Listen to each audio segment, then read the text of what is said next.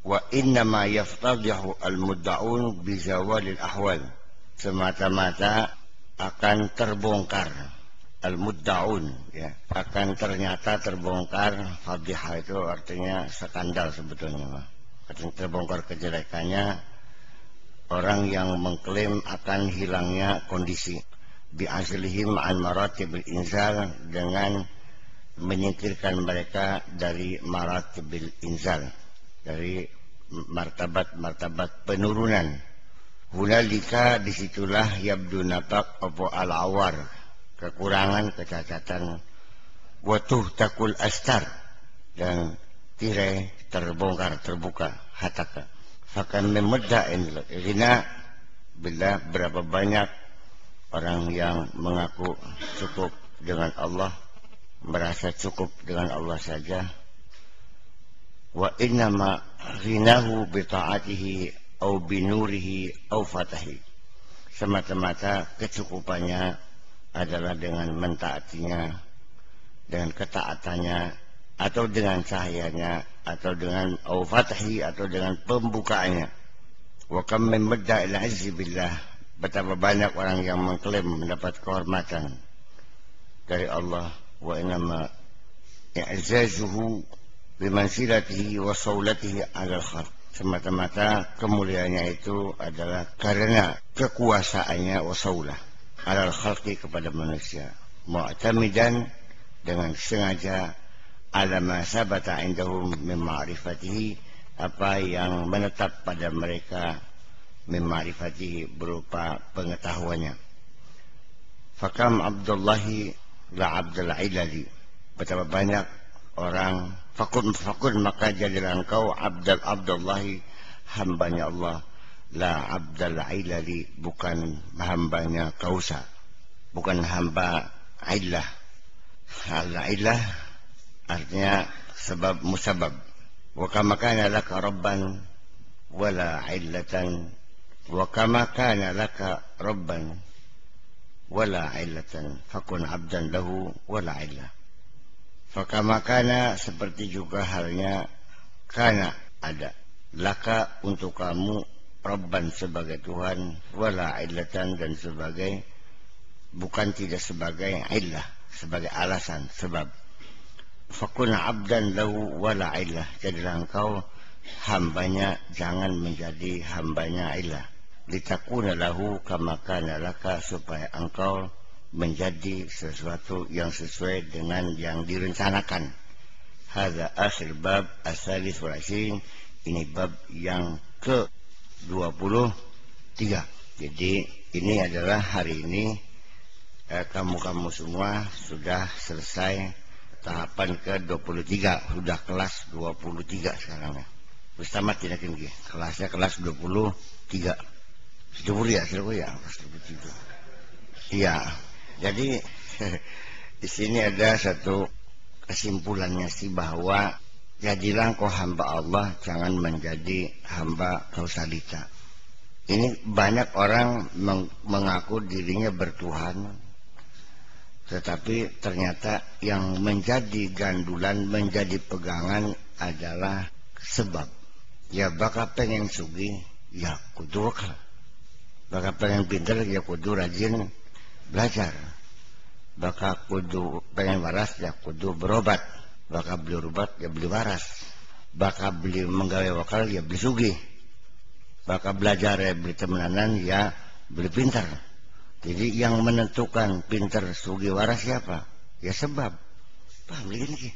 Kita tidak merasa bahwa sesungguhnya kita lebih banyak mempercayai kepada sebab akibat. Ketahuilah, sebab akibat diciptakan Allah dan ditetapkan sebagai hukum alam, memang ia berlaku umum, tetapi itu hanya aturan.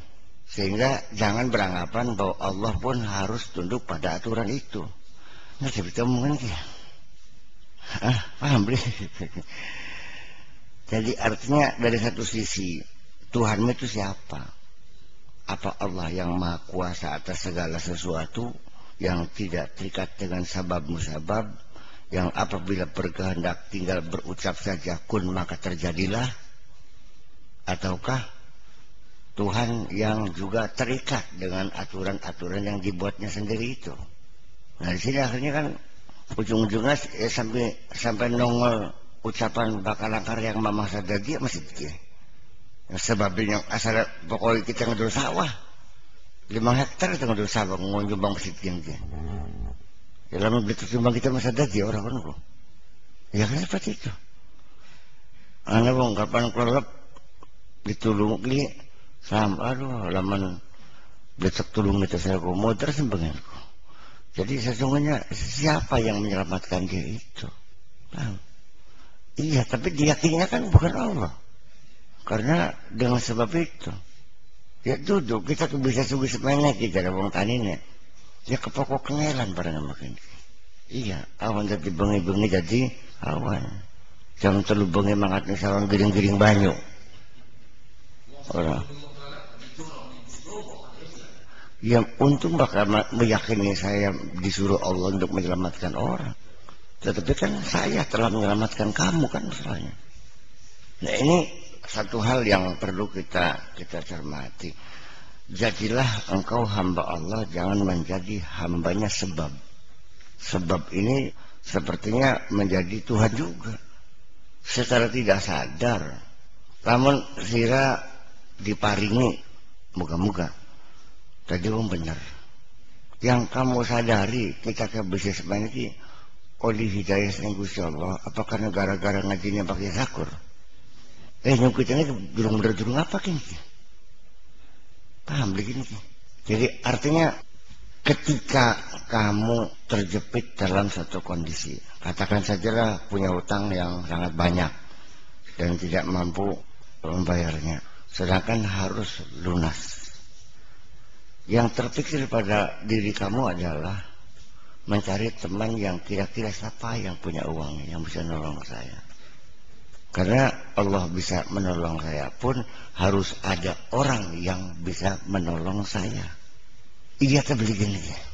Yang terbayang kan mantus yang sugi, mertua, sedulur, ponakan, siapa yang bisa menolong saya ini. Jadi kapan kamu minta tolong kepada Allah? Ya nggak pernah sebenarnya mah. Ini ada dalam dirimu sendiri bahwa engkau tidak pernah minta pertolongan sama Allah. Sebab yang terpikir bagaimana caranya Allah menolong kamu kalau tidak melalui seseorang yang menolong saya. Jadi memaksakan Allah menolong saya tidak boleh langsung, harus melalui perantara, melalui sebab. Kamu berpikir begitu nggak sih sehari-hari?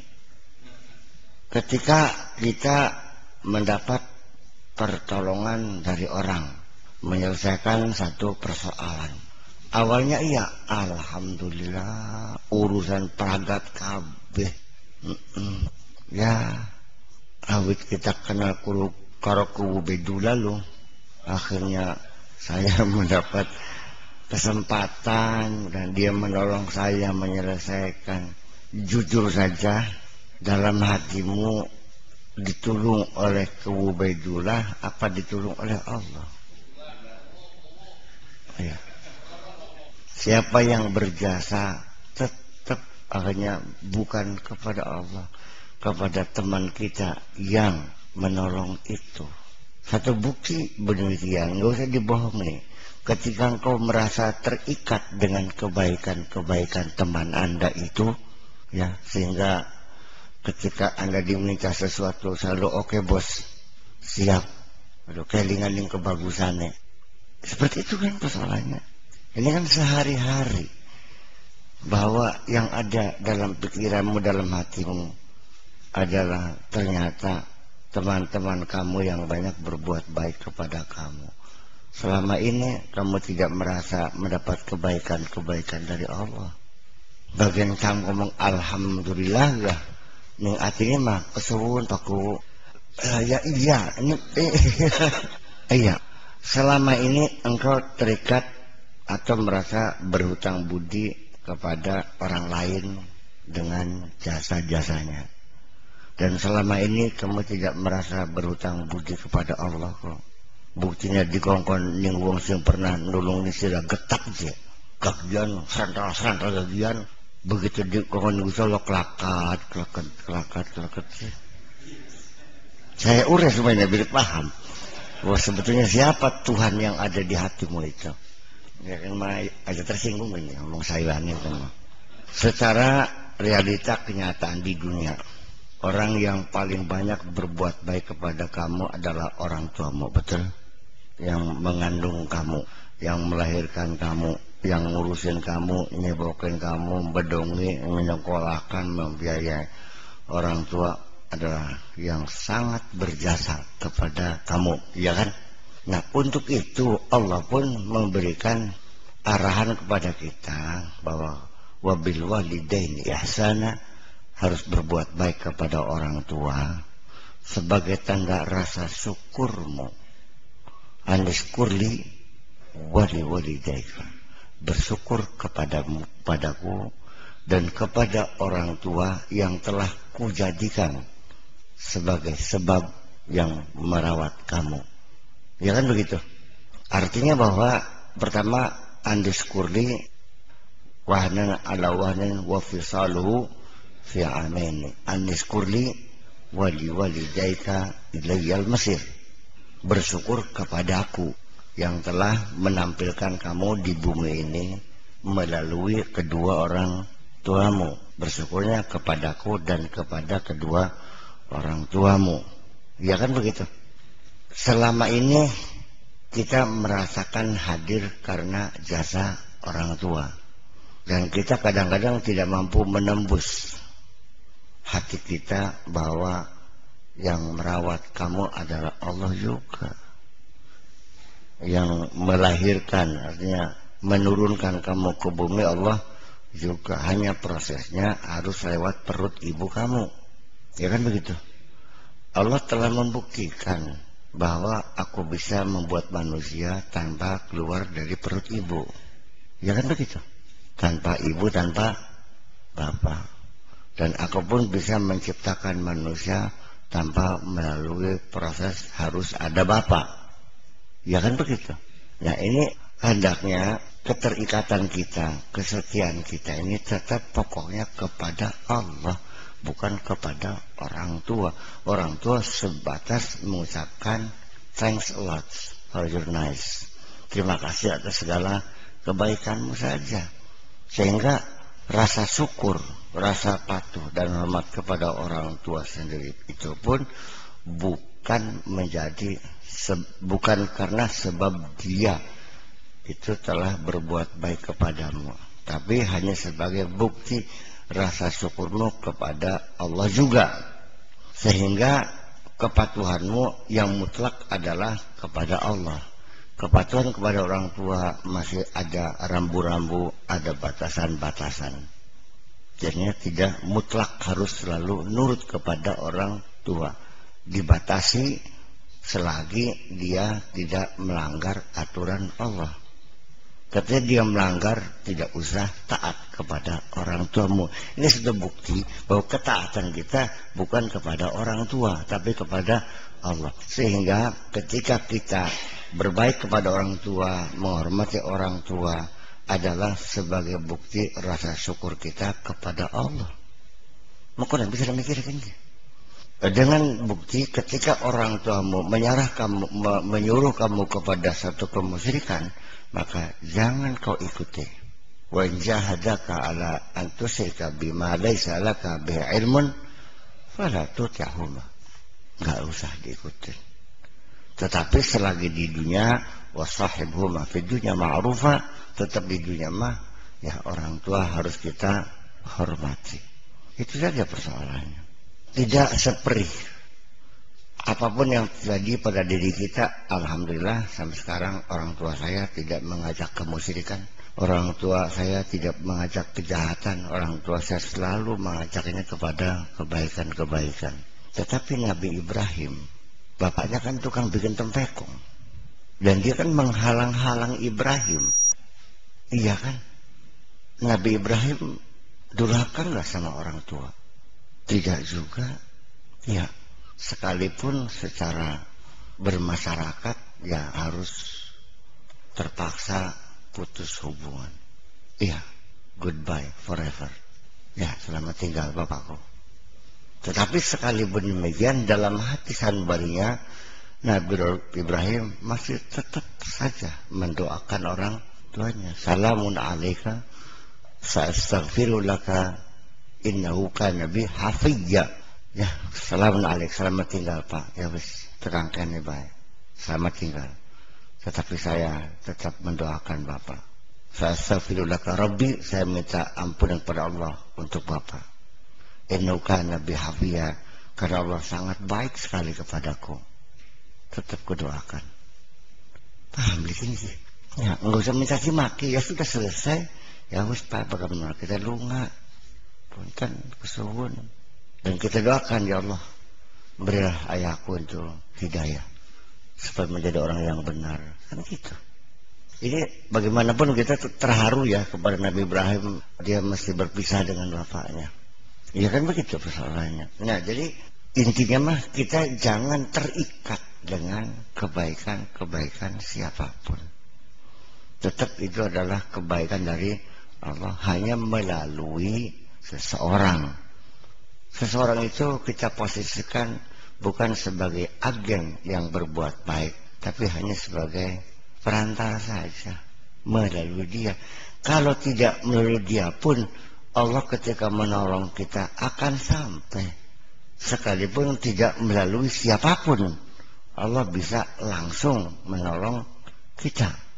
Ya, artinya bahwa kita menyadari, dan ada satu bukti lagi, ketika kita masih selalu terikat dengan kebaikan-kebaikan orang, ya kan begitu, dan kita secara sadar bahwa orang itu telah banyak berbuat baik kepada saya, dan dalam pikiran kita tidak pernah merasa mendapat kebaikan-kebaikan Allah.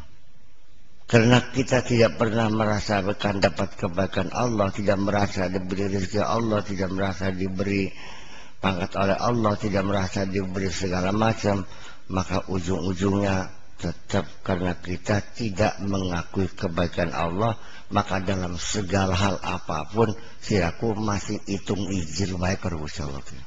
Setiap Allah memerintahkan kamu mengerjakan sesuatu, melaksanakan perintahnya, di penghujungnya selalu menuntut upah kepada Allah. Sedang dibayar pidang konek. Dengarkan baik-baik. Kenapa kita kepada orang tua disuruh mengantarkan surat, disuruh mencuci pakaian, disuruh mengantar masakan ke sawah? Kita tidak mungkin dan tidak layak ketika apapun yang diberi orang tua kita minta, berapa Anda akan membayar saya? Mungkinkah anak kepada orang tua bilang begitu?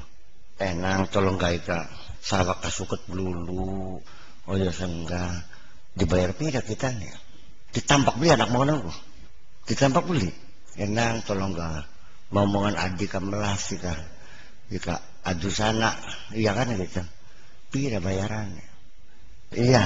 Dan kita tidak layak meminta upah kepada orang tua. Apa dasarnya? Karena kebaikan-kebaikan orang tua. Betul? Pantas beli nih wong tua sing melocot sira sing cilik mulaknya. Terus takon bayaran. Iya kan? Itu adalah kita kepada Allah ya berani menuntut ganjaran. Berani menuntut upah. Apa yang engkau berikan kepadaku ketika aku berbuat baik? Belum tuh belikin. Jadi wong sih bakal kandane ganjaran bahkan belum tuh belikin. Ya kita harus, persoalan Allah bercerita pahala itu adalah kewenangan Dia, kekuasaan Dia untuk memotivasi kita supaya kita terdorong untuk berbuat baik. Tetapi setelah kita dewasa, ya sudah dong. Setelah kita dewasa mah ya sudah, kita jangan selalu berorientasi kepada imbalan-imbalan itu. Sekarang kita ingat nggak dulu ketika disuruh sekolah, diiming-imingi dengan uang jajan kan? Sekolah harus rajin, kalau lulus nanti dibelikan sepeda. Masih ingat? Itu kenapa orang tua mendidik kita dengan imbalan-imbalan? ketika kita masih kecil, karena kita terdorong secara materi, karena ada imbalannya, maka sekolah kita rajin. Sampai sholat pun dibayar. Pokoknya sidaki jajannya sedina 5.000 atas perhitungan subuh 1.000, duhur 1.000, asar 1.000, maghrib 1.000, isya 1.000. Begitu kamu maghrib tidur, isanya nggak sholat, terpotong 4.000 detiknya. Itu kan sah-sah saja orang tua mendidik anak untuk berbuat baik, untuk taat dengan iming-iming imbalan. Jadi artinya Allah pun untuk manusia yang imannya masih lemah, itu masih wajar diiming-imingi imbalan. Ketika kamu selalu mengharapkan pahala, berarti imanmu masih lemah juga kalau begitu. Imagine kalau begitu ngomong. Ya kalau urusannya kalau sudah cinta, boro-boro imbalan. Kalau orang cinta tuh pikirnya sudah tidak apa saya akan mendapatkan apa, saya dibayar berapa. Orang cinta namanya apa yang bisa saya lakukan untukmu, kan begitu. Ya beli jadi bakal wong demenan masih itu ngijir mah. Dan ini memang secara realita terjadi. Cinta mah cinta, ya. Tetapi itu ngijir aja. Buktinya apa? Ketika lamarannya ditolak nih wong tuane, ngitung maning, yang balik kena gelangnya. Iya. Mana kalungnya bisa jauh cerita. Jadi selama ini ya ternyata ya seperti itu. Ada nggak pernah mendengar karena nggak jadi akhirnya semua pemberiannya dikembalikan? Secara syariat bisa dibenarkan. Ketika kita kawin, mas kawinnya sudah 2 kilogram emas, ya kan, dengan mobil Rolls Royce. Ternyata setelah kawin, ternyata ada cacat, ya kan begitu. Wujudnya bodong. Aduh, bisa rupus dah. Wis pegatan baik. Sebelum dukhul, maka mas kawin itu separuh bisa diminta. Ya beli fikir mau. Ya kalau fikir mau urusannya urusan dunia ya benar. Nah, kita dengan Allah nih apa pakai landasan fikih? Atau kan kita makan fikih. Nah ini persoalannya. Yang ada Gusti Allah jangan go fikih. Ya kayak kita mah. Ya kadar aurat kos yang butuh terkadang kalau rasa katanya ya uslah sembayangan gue serual komprang banget kan bakat tegel mah. Iya, jadi begini maksud saya, ukuran syariat memang itu ukuran dunia yang harus kita patuhi, ya kan begitu. Tetapi ketika kita dengan hubungan dengan Allah, ya tolong dong jangan dianggap dua pihak yang setara antara kamu dan Allah. Ya selevel kah? Ya aneh itu kecungannya orang jadi makin ya apa bener baik, masya Allah. Ya seperti itu terjadi. Seperti itu terjadi bahwa ternyata dalam kehidupan kita beragama itu memang dikemas dengan fikih, sehingga ukurannya antara sah atau tidak sah, boleh atau tidak boleh, pahalanya berapa, syaratnya, rukunnya dan sebagainya, yang hasil pemikiran orang itu dijadikan standar kita dalam berhubungan dengan Allah. Paham begini? Bayangkan kalau antara aku dan kamu setelah sekian lama kita bersahabat, berkenalan, bersaudara, mangan barang, turu barang, latih barang bertahun-tahun. Kemudian dalam pergaulan sehari-hari tetap aturan bisnis kita berlakukan. Ku bejulah utang duit kadermu 50.000 harus pakai kwitansi, harus pakai materai dan ningku saksi. Iya kan? Itu secara syariat dibenarkan. Iya kan? Tetapi kan kecak ku bejulah ya. Masih durung andel ban ini takku ya. Ya lamun 10 miliar ya mempunyai kadar 50.000 yang ukurannya sebesar 50.000, ya sebetulnya nggak usah hutang dong, ya wis bayar. Ya kan seperti itu. Nah jadi artinya ini kita ngeri, jadi kok kita kasar banget sih sama Allah nih. Ya hitung ngejir jakor Gusti Allah, hitung-hitungan gak masa menang aja aku. Kalau Gusti Allah oke, Lama bisa lo ngomong, oke. Hitungan sembahyang subuh ping pira semerudip siraku. Duhur asare jariya pira, wakaf pira, sodakwa pira, ya kan? Hitungan kabeh. Ayo, total jenderal berapa nilainya semuanya? Kalau nyung sampai pirang puluh tahun, nggak ada artinya kok. Dan apa yang semua kau lakukan itu adalah bukan jasa baik untuk Allah. Tetap selamanya engkau tidak mampu berbuat jasa kepada Allah. Apa dasarnya? Karena Allah sendiri nggak butuh apa sama kamu kok. Bukan kita butuh tentang sirik sih, jadi soalnya. Udah kita kok sembahyang orang aja. Sembahyang surat beliwis kita beli butuh dia pada sirik kok. Itu yang butuh siapa? Ada ucapan yang peribahasa yang bagus. Kini gentong merani gayung, tegayung merani gentong. Sing butuh siapa? Bukan gentong merani gayung. Pada status manusia yang berbeda saja, mana gayung, mana gentong. Ku, karo bupati, siapa gayung, siapa gentong. Masa kita bupati kudu marani sira, wo, jadi bisa otaknya. Kita ngono, jadi pun bisa kok. Ini kan persoalan. Dengan kedudukan yang berbeda saja, kita harus menentukan kita ini sebagai gayung atau sebagai gentong. Barang Gusti Allah dengan gayung nih saudaraku. Yang harus melayani kamu kan? Iya. Yang menuduh Allah harus bertanggung jawab. Bukan segala kita. Ya kudu makan kita. Mau ya dikongkon. Tidak bayaran ya. Jadi artinya bahwa ketika semua ibadah-ibadahmu yang kamu lakukan itu dihitung berdasarkan pahala, imbalan-imbalan, maka gagal bagi saya. Ya. Tidak akan, sebab dasarnya bukan ini sih ya, bukan dari rasa syukur, dari rasa cinta, enggak.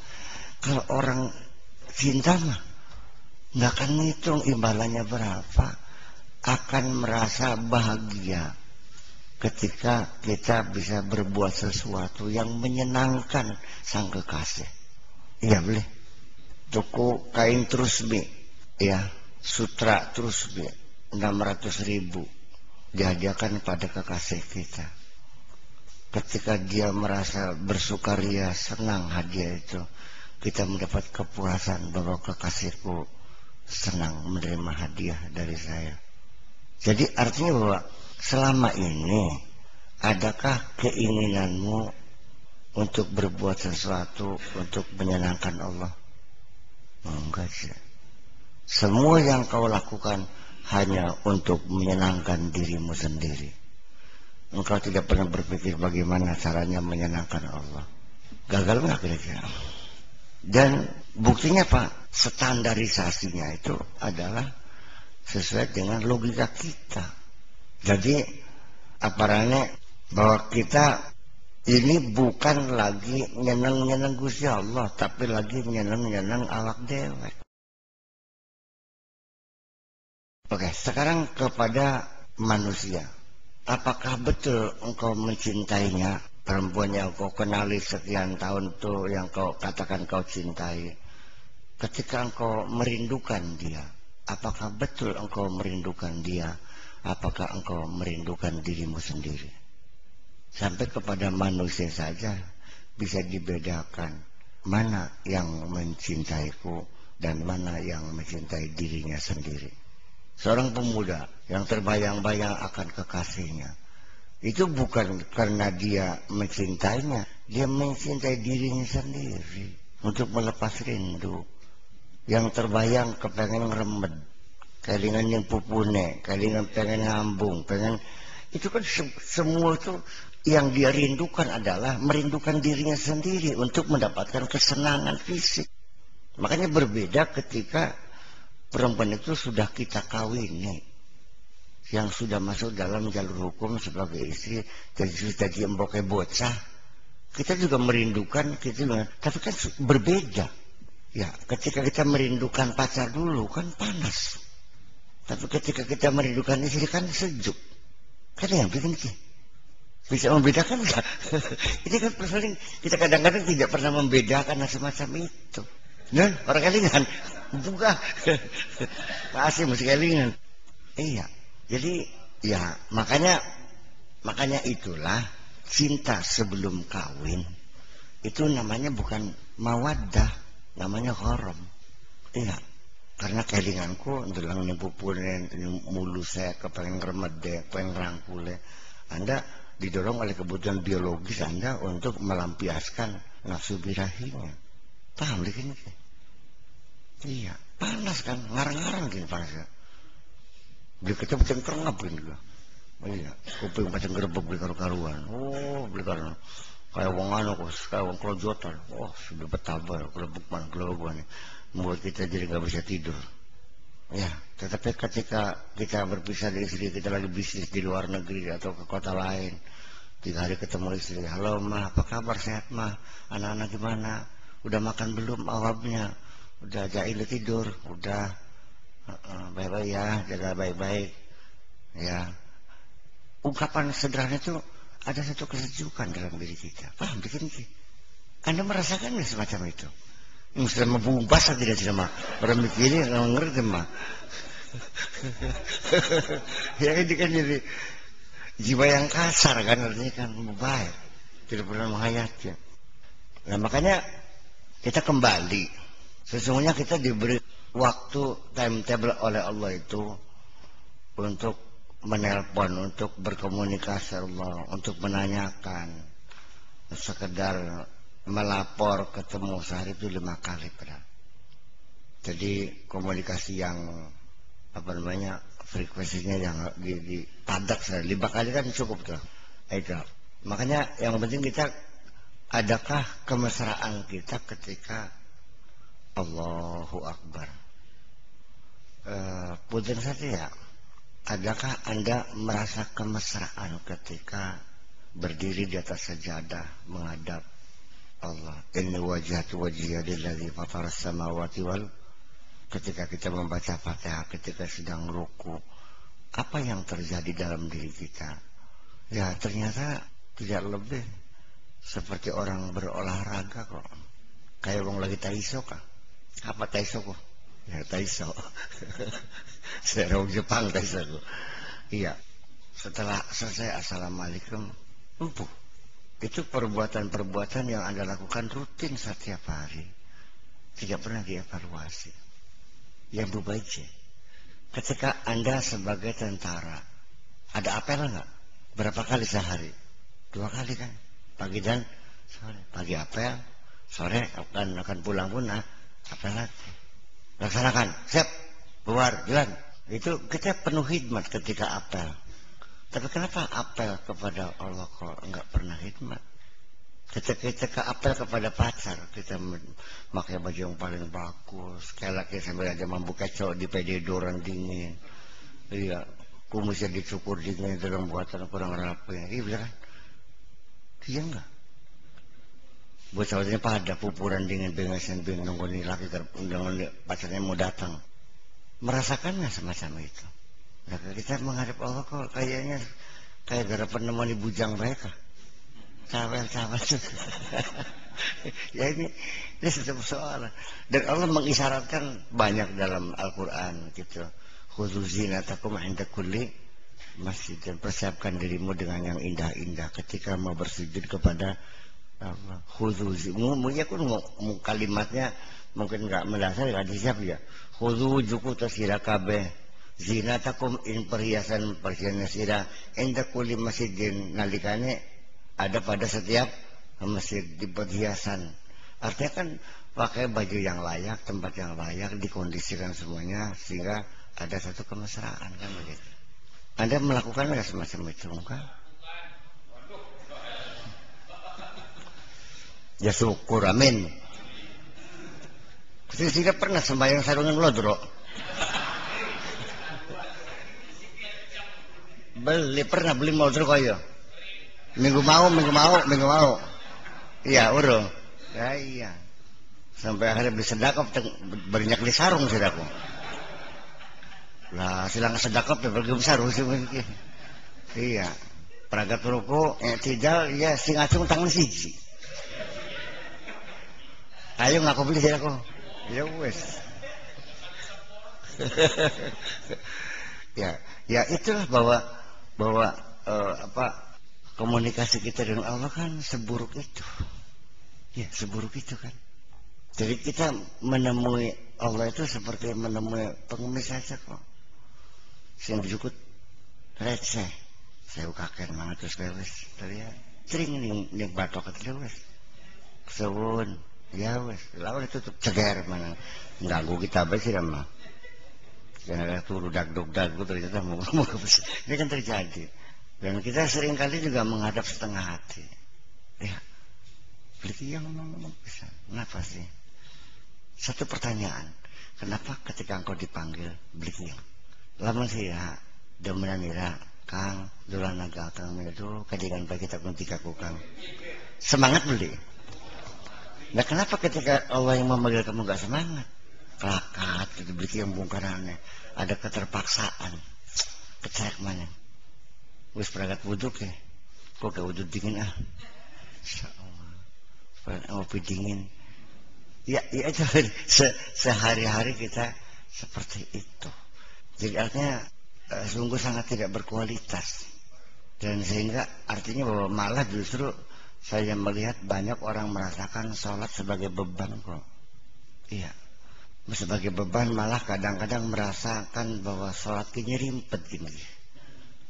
Lagi menggawai enak-enaknya kudu banyak butuh maning tuh ya. Repot teman. Lah ya saya jadi sedih saya kalau orang yang saya cintai itu kemudian merasa dibebani oleh saya. Tahu bikin saya sebagai manusia ketika ada orang yang saya cintai, ya kan begitu. Saya danai, saya bantu segala macam. Suatu ketika melakukan sesuatu yang saya inginkan, toh ujungnya untuk dirinya sendiri kelakat. Kita mau jujur baik kabel ini, beli apa? Iya, betapa sedih kita ketika orang yang kita cintai ternyata dia sendiri kiyang beli kiyang. Saya pernah beli ya, 200 yang beli demening sirah. Pimpiran cang, dirasa.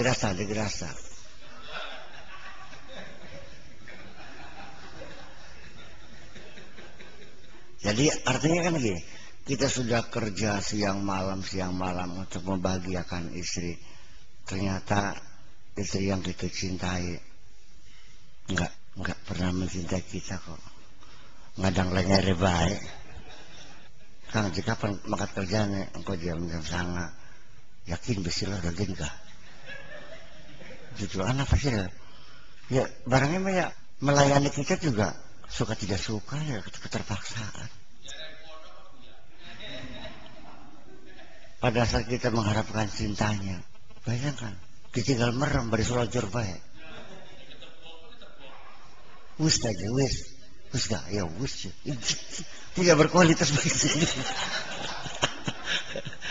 Ini kan terjadi ya di antara kita juga saya menduga juga mengalami hal semacam itu ya. Kalau istilah kayak kita bukan mampu lah artinya kan ya kan. Jadi tidak pernah dinikmatinya dan dia sendiri juga istri yang tidak mencintai suaminya dan melayaninya kayak apa, stres loh ya kan begitu. Nah makanya saya aneh ada orang yang beragama menjalani agama kok bisa stres sih. Ya sama kasusnya seperti itu karena semua kegiatannya, aktivitasnya semuanya dibangun tidak berdasarkan cinta. Maka di sini saya menyatakan bahwa sebagai dasar yang paling kokoh membangun hubungan kita adalah karena cinta.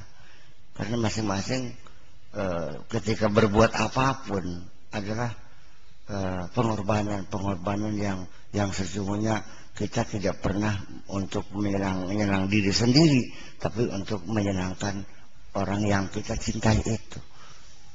Nah ini makanya ya bolak-balik pertanyaan kembali lagi, kenapa engkau sampai saat ini belum juga tumbuh rasa cinta itu? Kenapa?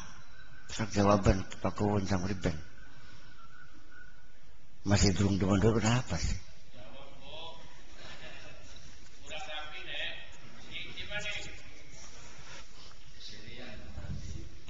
Iya, persoalannya gini. Kita bertanya kepada istri yang kita cintai dan dia tidak mencintai kita. Sang suami akan mengatakan, kurang sepira maning kita ko. Sira ko sa jalo katak pay kabe ora. Iya, jaluk sawah tak pay, jaluk matak pay. Kurang sepira. Iya kan begitu. Enggak musuh juga cintanya kepada suami itu. Tetap, ya memang mungkin sebabnya dulu karena dipaksa oleh orang tuanya bisa terjadi. Iya kan? Dan dia sudah belajar untuk mencintai suaminya, tapi gagal terus. Dia ada ingin mencintai suaminya, tapi tetap juga tidak muncul-muncul cintanya. Sehingga anak mau wis papat ini. Tapi dia bertanya, tuh wong kawin kuning leban dia nakit sih, ayo mengusung. Kita mah ngerasa berenaknya baik nih sih. Pin papat ngeden kayak gerapan mati. Jebromani nunggu enak nih leban dia. Ya iya itu persoalannya. Jadi artinya bahwa begini, apalagi itu ibadah kepada Allah. Kita mengerjakan pekerjaan tugas kita sebagai pegawai di kantor, apa di KU, apa di kecamatan, apakah di polsek, apakah di koramil atau di mana saja di kantor. Ya tentunya kan kita harus ada usaha untuk mencintai pekerjaan kita kan. Kalau pekerjaan kita tidak kita cintai, stres, menjadi beban. Ya kan begitu. Kita lihat banyak korban guru-guru kena TBC sampai sakit. Ya karena apa? Dia memang tidak hobi mengajar kok.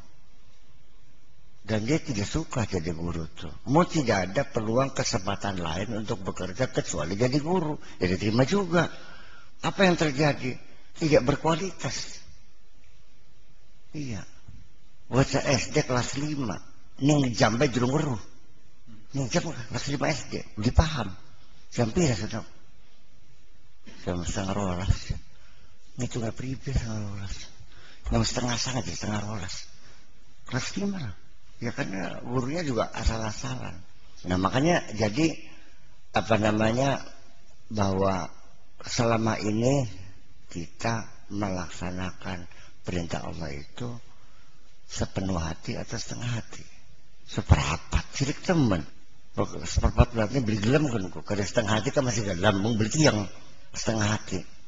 Ketika panen ini sebenarnya sudah betul banyak yang panen. Karingan tokna aja ketika dalap dolok. Akhirnya gak pasti penting belar bisa pada kudu be Jakarta kuce. Karena anu kasih campur korwatu kan. Sepoene kan be Jakarta mah. Iya. Satu sisi lagi, mari kita bertanya, kenapa engkau memberikan sesuatu kepada Allah bukan yang terbaik, tetapi yang terburuk? Eman. Tuh, sira bisa dua parik udah pegang siapa? Kembali lagi persoalannya. Jadi selama ini kan kamu ini merasa tidak pernah diberi apa-apa oleh Allah. Apa yang kau dapatkan adalah karena jerih payahmu sendiri. Untuk itulah jenis manusia yang punya sikap seperti itu, dia belum menjadi Abdullah, tapi dia masih menjadi Abdullah Illah. Hambanya Illah, hambanya sebab musabab. Kita bisa sugiki ke pokoli kangelan. Banting tulang perstirat. Awan jadi bengi jadi endas, jadi sikil jadi endas.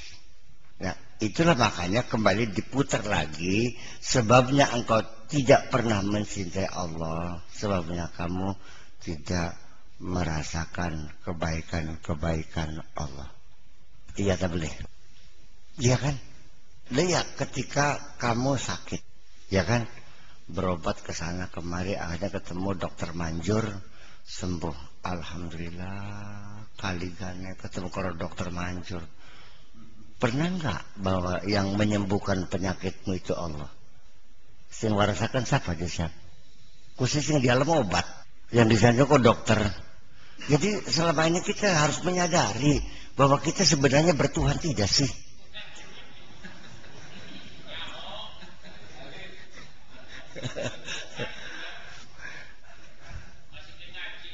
Ya, allazi yut'imuni wa yasqin. Huwa allazi yut'imuni wa yasqin. Dialah yang memberi makan aku, dialah yang memberi minum aku.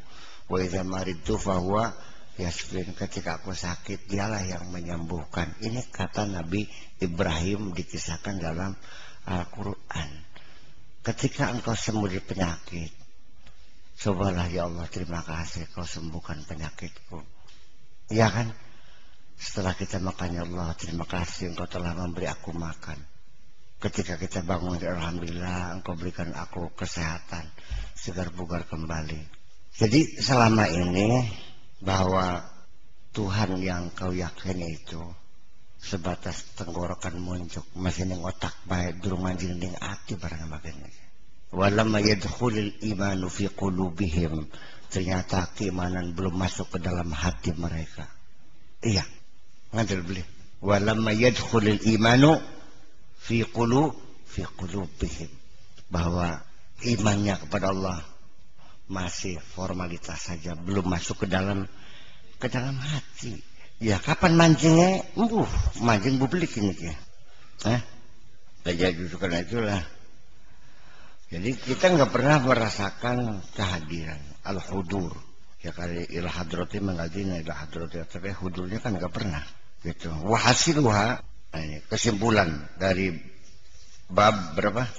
23 ini, kesimpulannya adalah hasil kalam alal qurbi wal wisal. Masalah tentang kedekatan dan berhubungan, berkomunikasi dengan Allah. Wa ma yansau an zalika, dan segala akibat yang dimunculkan karena kedekatan kita, karena hubungan kita. Min maqamatil inzal, berbagai prestasi-prestasi, ya, berbagai jabatan-jabatan. Wa nata'ijul ahwal, dan konsekuensi atau kesimpulan atau hasil-hasil dari kondisi, terkondisikan dan menghasilkan terbentuknya satu kondisi-kondisi tertentu karena hubungan dekat.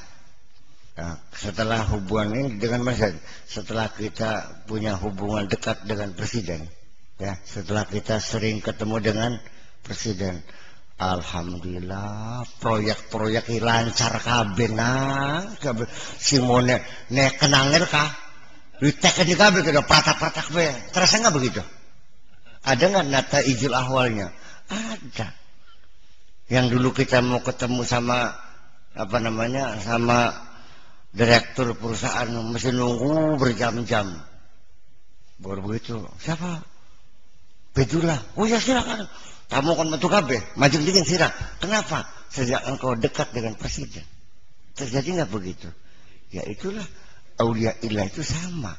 Ketika dia sudah dekat dan sering bertemu dengan Allah, ya semua makhluknya siap mengabdi, siap membantu. What can I do for you? Apa yang bisa saya bantu? Beliin ke. Ya, ruwet banget. Yang ngomong parkur Solo usir mah pradang printing we wedi apa sih dane? Kayak dikletak bae. Angin kayak begitu. Di manjing-manjing angel pisan. Itu semuanya yang terjadi. Wal ghina billahi anna fi kulli hal. Dan merasa berkecukupan hanya dengan Allah saja dalam segala kondisi. Fahadha huwa na'im adad dawam. Inilah yang disebut dengan kenikmatan yang langgeng, kenikmatan yang berkesinambungan, adad dawam.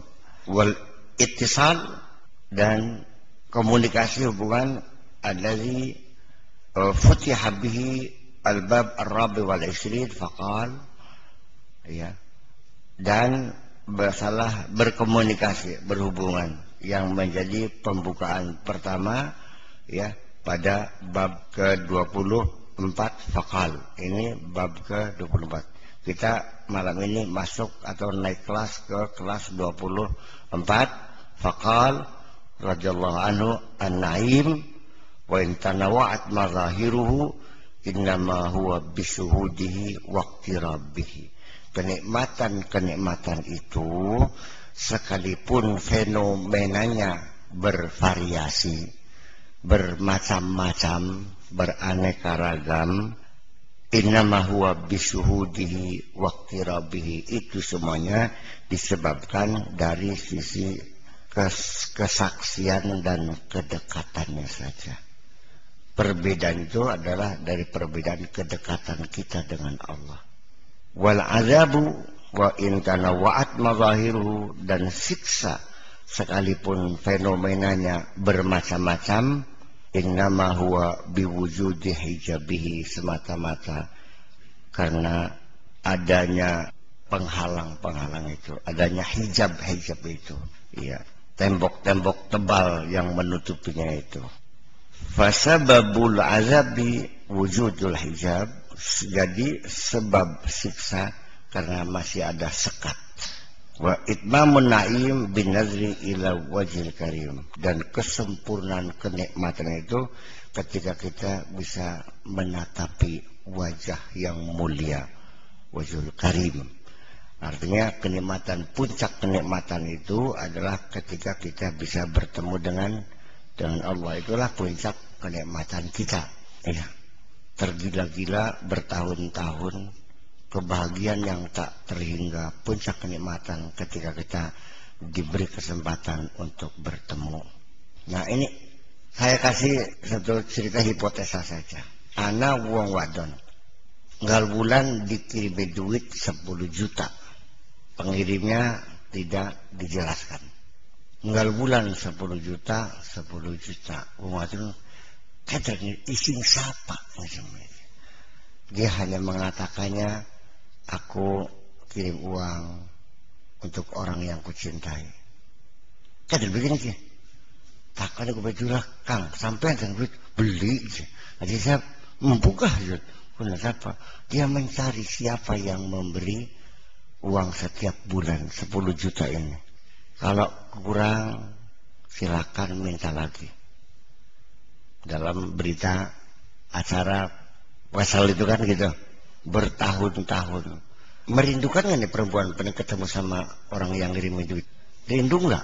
Nah, suatu ketika datang uang dengan berita, kalau engkau ingin menemuiku, silakan datang saja ke jalan ini, nomor sekian.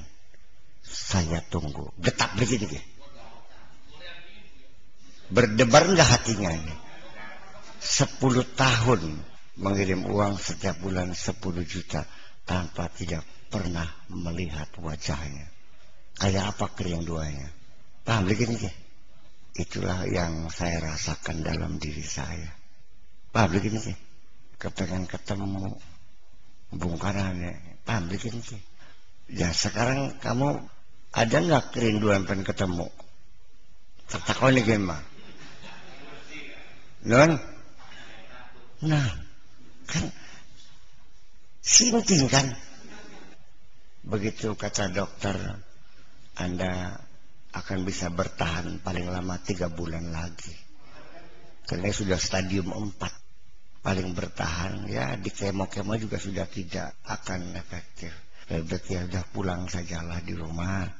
Ya, dugaan saya kata dokternya, paling-paling ya Anda bisa bertahan paling lama 3 bulan lagi. Pucat dikit gitu. Hilang semangat enggak? Langsung loyong lumbruk gini ya. Ternyata pada saat-saat tertentu dia dipanggil untuk pulang, ternyata tidak mau pulang kok. Wong edan sira kok. Sinting kabeh sira barengan banget. Yang terjadi kan seperti itu. Ya, tidak ada kerinduan.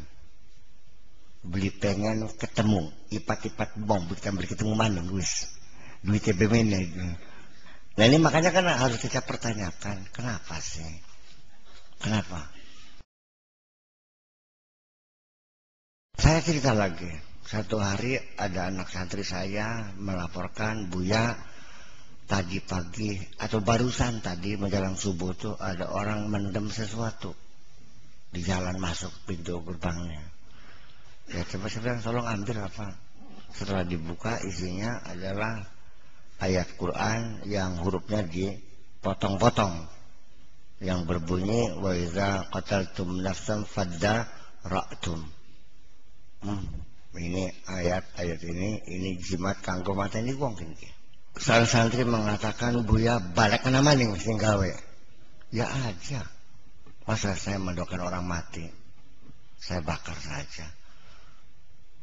Iya. Saya bilang kalau saya mengembalikan, saya melarikan diri. Bagi saya penjemputan terserah. Saya mau dijemput pakai apa? Pakai sihir, dijemput pakai kanker, dijemput pakai jantung. Semuanya adalah kepulangan saya. Saya sudah mengatakan berulang-ulang, aku rindu, pengen pulang. Aku rindu, pengen ketemu. Aku mencintaimu, aku merindukan. Nah ketika saat ada panggilan, ayo pulang, saya melarikan diri. Berarti bohong kerinduan saya itu. Anda itu boleh? Engkau bengi? Bener kau bengi?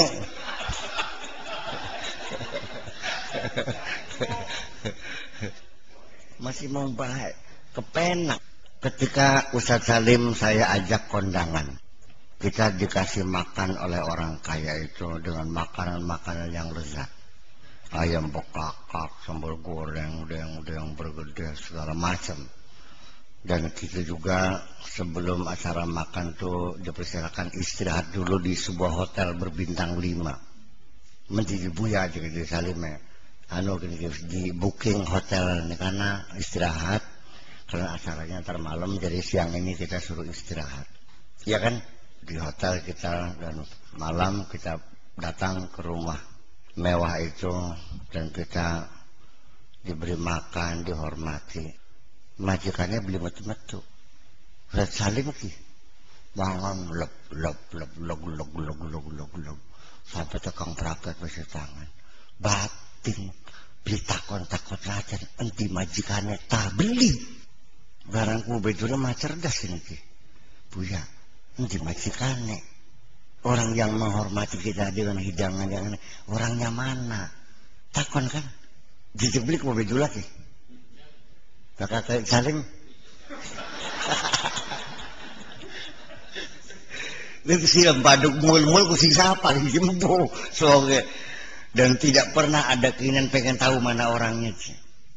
Nah kita dalam hubungan kemanusiaan saja, ketika kita menerima kebaikan sesuatu, kita terdorong untuk menanya, siapa gerangan yang berbuat baik kepada saya ini, siapa yang berbuat pada saya ini, iya kan? Dan selama ini Anda tidak pernah bertanya tentang Allah yang selalu berbuat baik kepadamu itu. Jadi saya aku ngajar itu benar. Rada, bakal rada masih mending ngajar sisan. Bakal edan bisa masa dihukum ngajar sih. Bakal rada edan masih aja kan kah? Edan ya anak. Anak rada edan, setengah edan, separuh edan, macam-macam. Jadi artinya bahwa kita ini seperti itu. Silakan direnungi bahwa selama ini kita seperti itu. Satu, kita berawal dari kenapa selama ini kita tidak pernah muncul rasa cinta kita kepada Allah. Jawabannya adalah pertama, karena kita selama ini tidak pernah merasakan kebaikan-kebaikan Allah. Apa yang bisa kita terima, kebaikan, rezeki, pangkat, jabatan, hidup enak adalah karena sebab yang terjadi. Sebabnya karena kita kenal karo bupati, sebabnya karena kita ngasih suapnya kepada pejabat itu sampai dapat proyek dan pekerjaan, suapnya 100 juta. Sampai tekang duwe abdi gak semono ayu mereka kepokok oleh ngemat kan kah. Kita kepuasan 40 dina kan oleh kok. Memang ngomong apa untuk puasa wah langsung blank.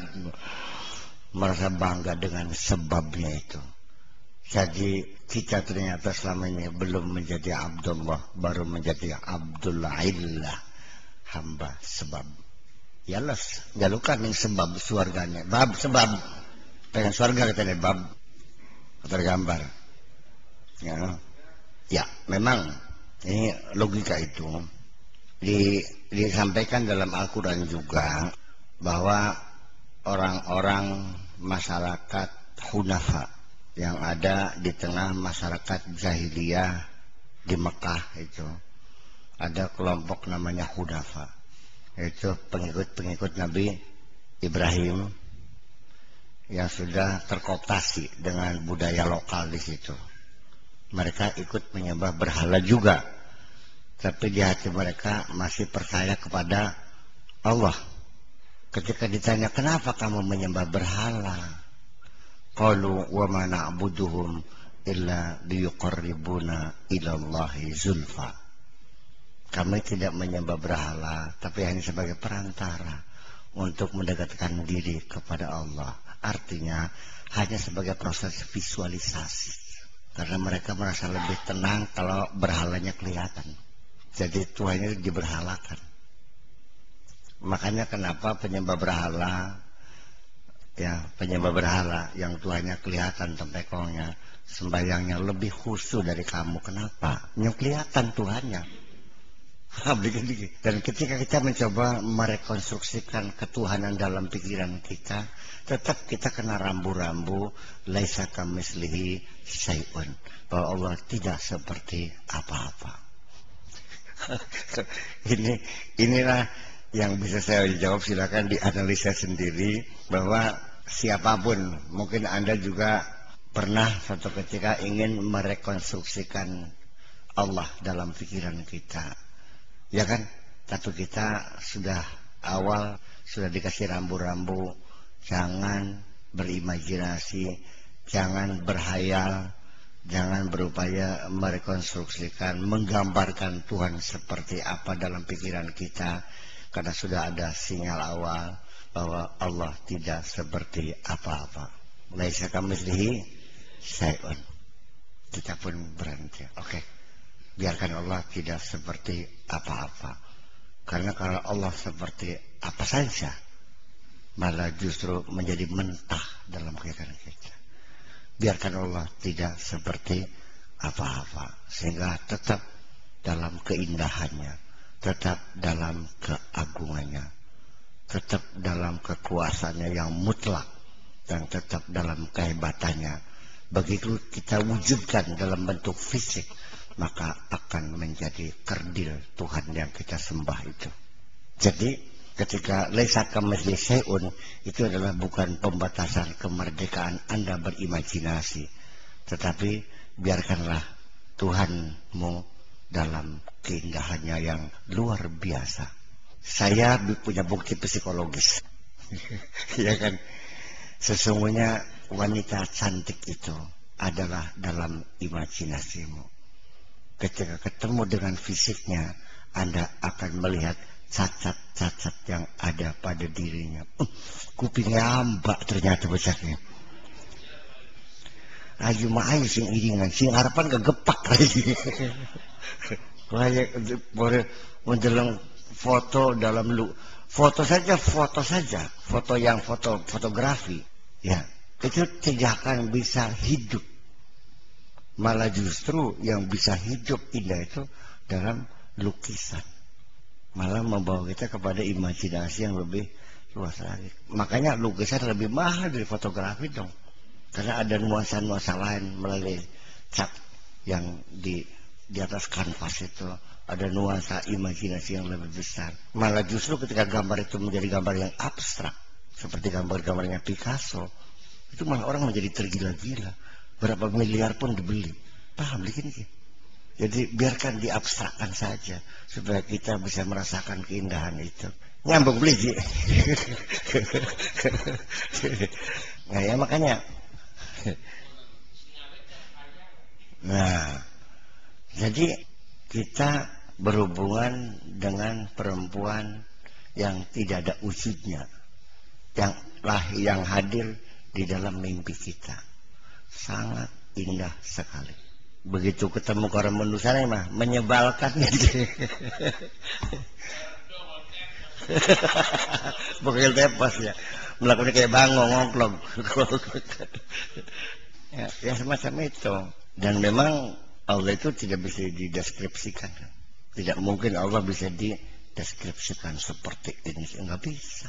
Pasti akan gagal. Karena apa? Karena akal kita, rasa kita itu tidak mampu mendeskripsikan Tuhan. Keterbatasan kita. Akal yang ada di kepala kita ini itu sangat terbatas sekali. Jangkauannya pendek. Ya kan gitu. Alat-alatnya tidak lengkap. Plus ditambah sering error. Jadi kita tidak mungkin akan mendeskripsikannya. Ya ada kekuatan lain yang lebih mampu, yang lebih transparan, lebih transandental, wilayahnya lebih luas. Itu namanya hati. Hati itu bisa melihat lebih jauh daripada mata memandang. Kalau mata kita sering dibohongi, sering tertipu, sering kebobodo, tapi hati kita tidak pernah kebobodo, tidak pernah tertipu. Maka zabal fuadu mara'a, hati tidak akan bohong.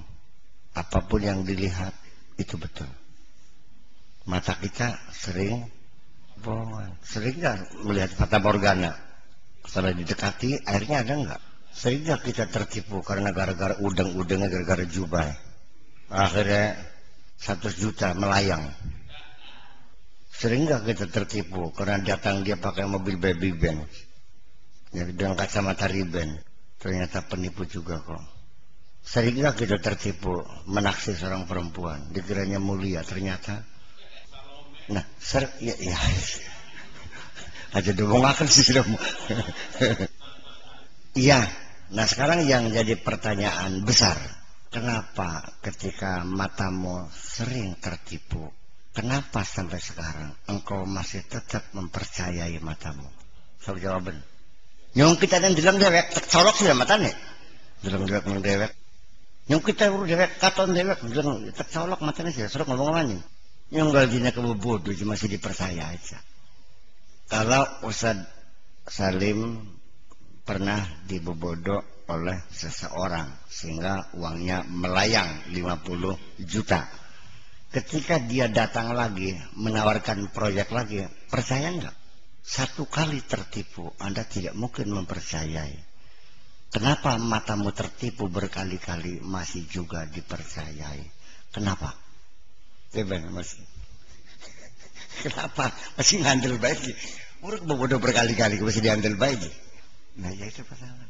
Karena kita sendiri menganggap bahwa kita punya kemampuan yang luar biasa.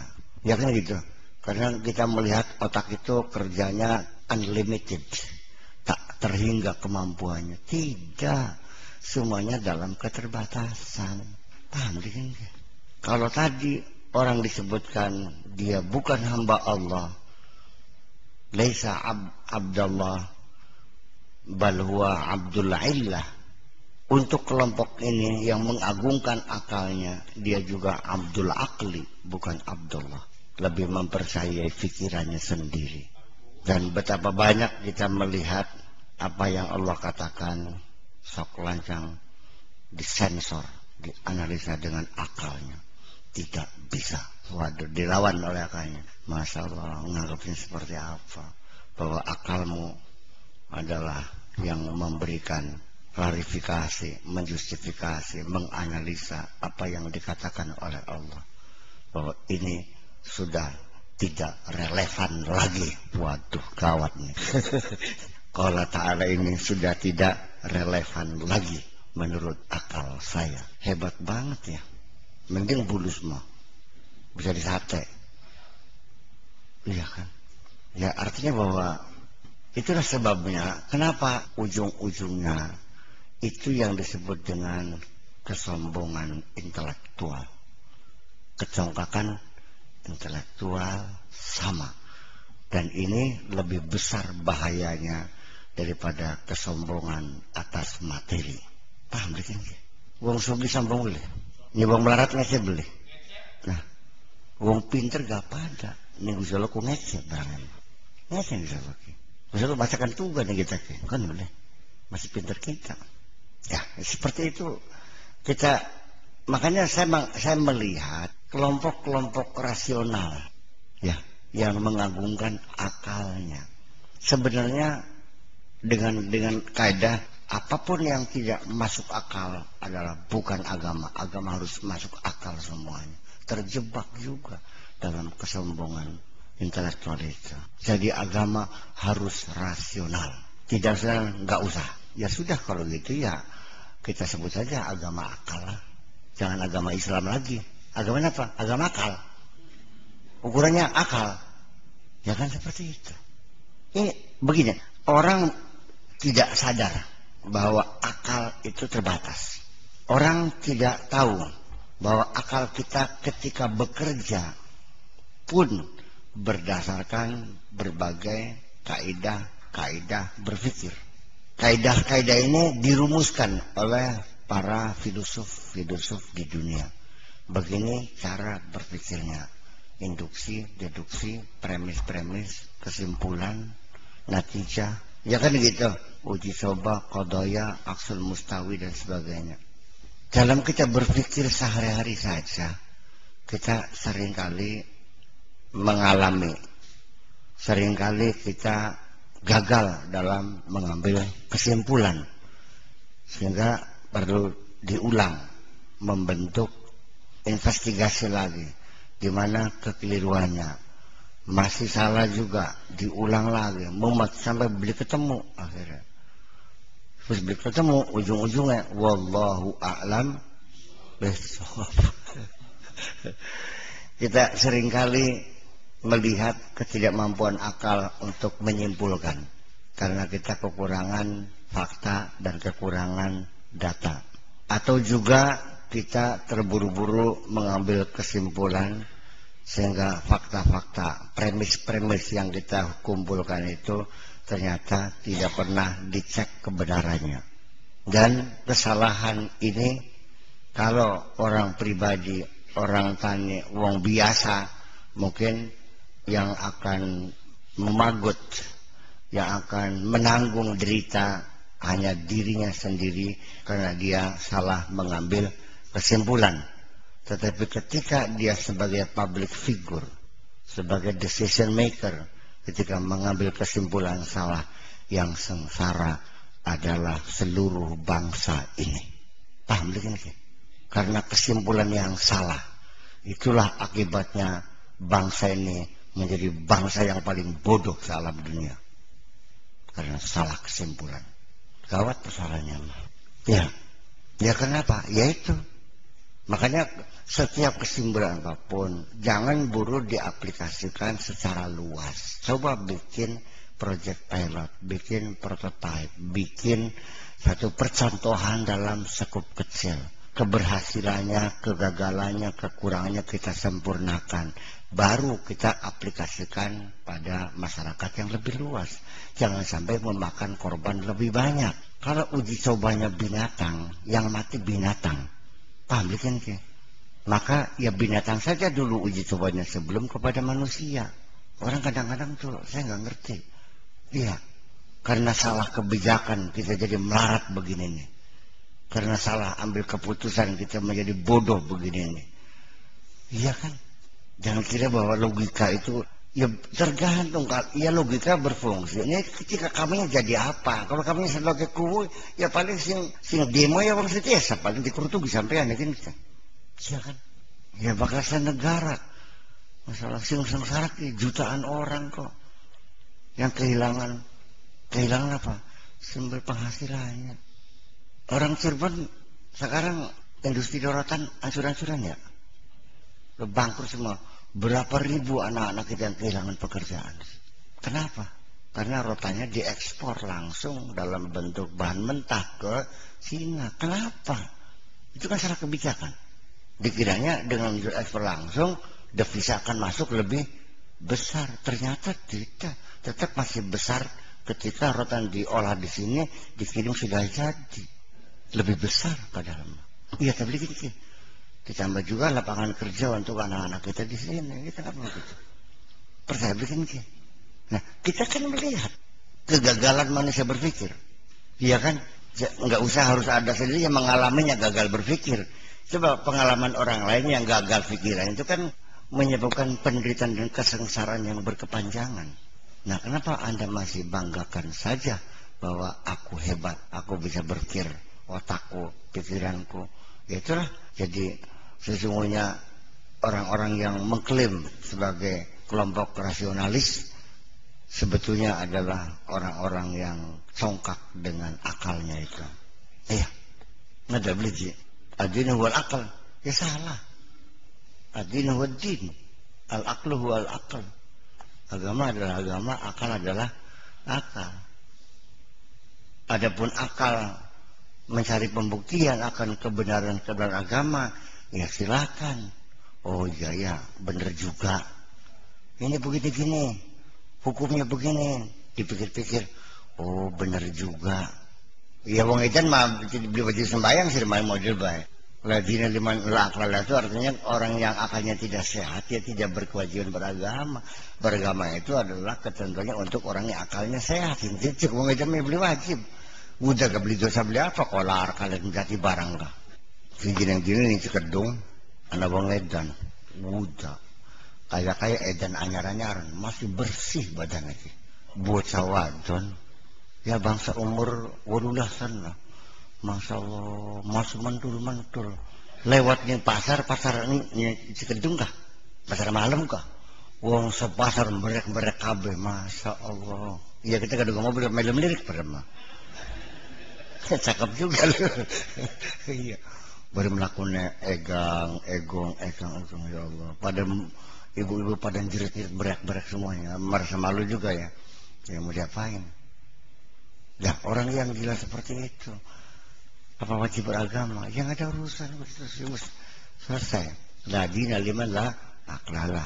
Itu iya agama itu untuk orang yang akalnya sehat. Tapi jangan dikatakan bahwa agama adalah akal. Ya sudah kalau agama akal ya sudah. Nggak perlu nabi lagi. Kita sudah berakal kok.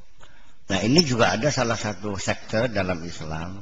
Bahwa Rasul pun itu bisa sekali-kali ditafsirkan adalah kemampuan kita berpikir. Makanya wa ma kunna mu'adzibina hatta nab'atsa rasula. Kami tidak akan menghukum siapapun yang bersalah kecuali kami sudah mengirim rasul. Kan begitu. Orang Mu'tazilah mengatakan rasul di sini artinya kemampuan berpikir. Jadi seseorang berdosa atau tidak berdosa adalah dilihat dari kemampuan orang itu berpikir. Ketika orang tidak mampu berpikir, maka dia sudah tidak mungkin akan dihukum. Hatta nabasa Rasulullah ketika kita memberikan kemampuan orang untuk berpikir. Ketika orang tidak mampu berpikir, maka dia terbebas dari hukuman. Kata Mu'tazilah. Ya begitu kan? Persoalannya. Oke. Itu boleh saja, tetapi kita ingat bahwa dogma adalah sesuatu yang harus kita terima apa adanya. Kalau semuanya harus rasional lagi, ya sudah berarti agama akal kalau begitu. Akal kita menilai, kata Allah begini, oh dibuktikan, iya juga ya, oh iya, paham. Kalau ini dipikirkan, oh iya, paham. Suatu ketika kalau ini, lambu ya. Gimana akal ketika akal Anda tidak mampu menganalisa kebenaran agama, jangan dulu menolak. Biarkan statusnya didogmakan saja dulu. Paham begini aja. Ya udahlah, saya tidak mampu memutuskan akan kebenarannya. Jadi masih mending akal saya belum sampai. Jangan bilang mustahil, jangan bilang tidak layak. Jangan layang tidak boleh dilaksanakan karena tidak sesuai dengan akal. Jadi kita jangan dulu mengambil kesimpulan menolak karena kita tidak bisa membekukan, tidak bisa membuktikan. Untuk sementara lebih baik mauquf saja dulu. Kita Ya, kan kita siap ya, dimakufkan dulu. Ya, tetap pada akhirnya kita menunggu pembuktian lebih lanjut. Sementara kita terima sebagai agama, kita serahkan apa manfaatnya, beli arti ini. Dalam proses beragama sendiri, tidak semua syariat itu pada zamannya bisa dibuktikan semua. Bukti-bukti itu baru terakhir sekarang terbukti akan kebenarannya itu. Karena pada zaman dahulu mereka ya tetap wallahu a'lam bimuradihi, tetap ya diuji, diselidiki oleh ulama, terus generasi demi generasi akhirnya terbukti kebenarannya. Kenapa harus dicuci dengan debu ketika dijilat anjing? Ya nggak tahu, pokoknya aturannya begitu, kata Bilalnya. Ya sudah selesai. Ya apa istimewanya? Ya kita nggak tahu. Ya sudah, sedang aja dulu. Ada setelah diuji, oh ternyata di dalam tanah itu mengandung banyak unsur ini yang lebih hebat dari deterjen, daripada rinso. Ya kan gitu. Bisa membunuh bakteri-bakteri, herpes dan sebagainya. Memang matinya dengan tanah. Orang yang kena penyakit TBC, ludah sana ludah sini berhamburan, virusnya itu kan gitu, bisa menular ke anak-anak, ke istrinya. Dan sekalipun disemprot dengan bahan-bahan kimia, tidak efektif. Yang paling efektif kalau kita kena TBC, coba gawe pedupan penghidon, payen lemah, meludah di tanah dan dikubur. Itu mematikan kuman-kuman, bakteri-bakteri, virus-virus TBC, tuberkulos itu mati ketika dikubur di dalam tanah. Yang membuktikan siapa? Para ahli di bidang bakteriologi, kan begitu. Kapan? Ya baru sekarang, belum lama. Dulunya gimana? Ya dulu dilaksanakan aja. Sudah tawakal Allah, pokoknya beli paham gitu, tapi ya wis kelakuannya baik. Kadang-kadang bahwa dogma itu sendiri adalah merupakan bagian penting daripada kehidupan beragama. Ada wilayah-wilayah yang disebut dengan dogma. Nggak usah diungkit-ungkit. Kalau diungkit-ungkit, ya sudah, jangan dibatalkan, jangan ditolak. Ya, karena itu wilayah dogma. Bahwa tidak semua agama itu harus masuk akal. Persoalannya masuk akal. Kalau akal kamu dibuatnya seperti matahari besarnya. Kira otaknya segede apa? Sekepel Anda beli. Iya, mana sekedar mah. Masih anak. Ya, jadi kamu jangan sombong dan bangga bahwa akalmu itu tidak punya kekuatan yang luar biasa. Kekuatan biasa dan tetap dalam keterbatasannya.